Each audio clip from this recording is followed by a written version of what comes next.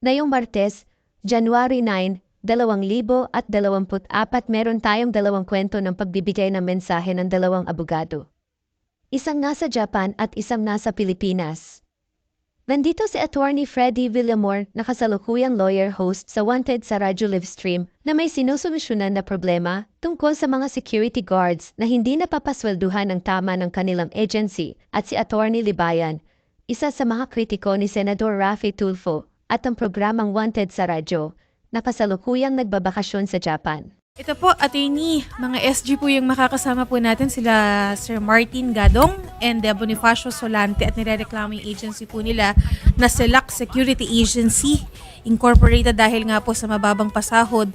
Sumasahod lamang po sila ng 466 pesos sa loob po ng 12 oras at wala rin po sila mga benefits, 13-month pay and yung double pay, attorney. Teka, paano ba kayo nagpunta rito? Baka nangutang pa kayo ng pamasahe nyo. O sige, bigyan ko kayo ng reimbursement ng pamasahe nyo ha. O sige, ano yun? O tag 1,000 kayo. Ngayon, attorney, baka mamaya dahil sa pangyayari na to, alam namin na nakamonitor sila. Ay nako, magsumbong kayo sa kagad sa amin. I'm sure pag meron mang gawin sa inyo dyan, magiging illegal termination yan o kung ano man. Tell them or kung sino man ang namamahala o management ng Select Security Agency. Ito ha, ibinibilin ko na hindi nyo pwedeng parusahan o gamitin sa kanila, laban sa kanila yung pagpunta nila rito. Wala po silang binabiolate bilang empleyado ninyo. Sila ay nagpunta rito upang ipaglaban lamang ang kanilang karapatan. It is well within their rights na pumunta sila dito. Si Attorney Freddie Villamor ay nagbigay ng mensahe sa agency ng mga nagrereklamong security guards sa Wanted sa Radyo na hindi iligal ang ginawa ng kanilang tauhan at ito ay nasa karapatan nila. Hindi nila pwedeng parusahan at gamitin laban sa mga nagrereklamong security guards ang pagpunta nila sa programa.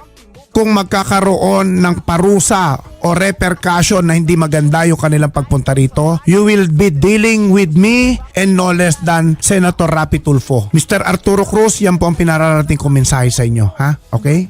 Sige po. Thank you po. And Huwag kayong mag-alala. Susuporta ang programa sila Attorney Freddie Villamor at Senator Raffy Tulfo sa mga security guards na tatapakan ang kanilang karapatan. Mga kabatas natin, alam nyo, kailangan ko lang sigurong magpaalala ng konti. Kasi nga, itong issue tungkol sa pagproprotect kay Raffy Tulfo, yung mga Tulfo vloggers, yung mga ginagawa nila para kay Raffy Tulfo, wala namang problema doon. Pero ito yung sinasabi ko sa inyo, especially pag hindi pa kayo nakapunta sa korte, the lawyers will not save you. Heto namang si Attorney Libayan ay nagbabala sa mga vloggers na tumutuligsa sa kanya at sa kanilang grupo.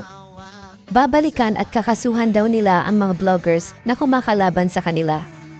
Maghanda raw ang mga vloggers na sumusuporta kay Senator Raffy Tulfo ngayong 2024 sa mga ikakaso sa kanila. Well, ganun sinabi ko, 2024 will be a very busy.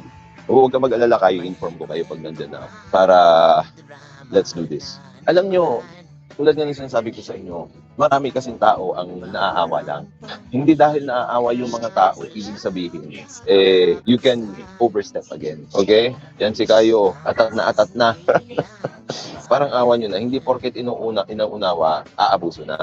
Ngayon, kung magpa-file pa sila ng kaso, well, sige lang, pero ito rin yung sasabihin ko sa inyo. Huwag niyong isipin na hindi marunong magsampa ng kaso din yung dito sa amin. Kasi if ever, kahit tanungin nyo siguro kay Lacayo, ako lang naman kasi talaga yung parang alam mo yun, yung parang mapagpasensya. It's just me.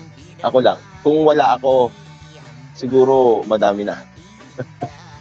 Labo-labo na. I'm promising you na magiging meticuloso kami. If we will be filing cases, we will make sure that we will be filing the strongest cases. Dito sa cyber libel, tinignan ko, binasa ko. Ano iniiyak-iyak mo? Death threat, death wish, taob, nganga, tuwad, yun ba? Irrelevant. Kaya sabi ko, iyak kayo ng iyak, nagko-content lang kayo, ang bobobo nyo. Nagko-content lang kayo. Sinasabayan ko lang sila Sinasabayan ko lang. Pero ang totoo nun, hindi yun ang magiging topic doon. Ang topic doon, totoo ba na ang kahulugan ng death wish, death threat, kung ano man taob, ay mag-hire ng gunman si Raffy Tulfo at ipapapatay ka. Yun ang point doon. Kahit ano pa itawag mo doon, yun ang paninira doon, yung pagkuha ng gunman ayon sa'yo at ipapachugs. Tapos nababasa ko pa, ChatGPT. Kaya sabi ko sa inyo, sinong pupusta? Pupusta ko nanay ko. Papasok. Pero mo, ChatGPT.